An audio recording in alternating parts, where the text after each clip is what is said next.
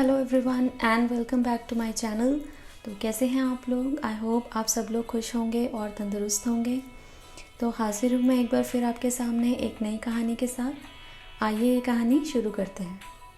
एक बार कुछ पुराने कॉलेज के दोस्त अपने एक प्रोफेसर के यहाँ उनसे मिलने गए। वे सभी लोग किसी ज़माने में उन प्रोफेसर से एक साथ पढ़ा करते थे, लेकिन अब वे सब लोग अपने अपने करियर में ऊंचाइयों को छू रहे थे। वे लोग काफ़ी सालों बाद एक दूसरे से मिल रहे थे। उनके बीच काफ़ी देर तक बातों का सिलसिला चलता रहा। कई विषयों पर चर्चा करते करते अब वे लोग अपने अपने जीवन में काम के बोझ और उससे होने वाले तनाव के बारे में बातें करने लगे। उनके प्रोफेसर भी उनके बीच हो रही बातों को सुन रहे थे। इतने में उन्होंने कहा कि मैं तुम सबके लिए कॉफ़ी लेकर आता हूँ। तो प्रोफेसर किचन में गए और एक केटल में कॉफ़ी भरकर ले आए। साथ ही वो एक ट्रे में बहुत सारे कप भी लेकर आए। उनमें सभी कप अलग अलग तरह के थे। कोई कप कांच का था तो कोई चीनी मिट्टी का, कोई कप प्लास्टिक का था तो कोई स्टील का, कोई कप बिल्कुल ही सादा दिख रहा था और कोई बहुत ही सुंदर था। कुछ कप दूसरों से काफ़ी महंगे लग रहे थे। अब प्रोफेसर ने उन लड़कों से कहा कि अपने लिए कॉफ़ी डाल लें। जब सभी लोगों ने कॉफ़ी ले ली तो प्रोफेसर ने उनसे कहा कि क्या आप लोगों ने गौर किया कि सभी लोगों ने अपने लिए उन्हीं कप में कॉफ़ी ली जो कप सुंदर और महंगे दिख रहे थे, और सादे कप वहीं पर रह गए। हालांकि हम कौन से कप में कॉफ़ी पी रहे हैं इससे कॉफ़ी की क्वालिटी पे कोई फ़र्क नहीं पड़ेगा। फिर भी आप लोग अपने लिए बेहतरीन कप लेने के लिए आगे बढ़े और फिर एक दूसरे के कप की तरफ देखने लगे कि दूसरे का कप हमसे ज़्यादा अच्छा तो नहीं है।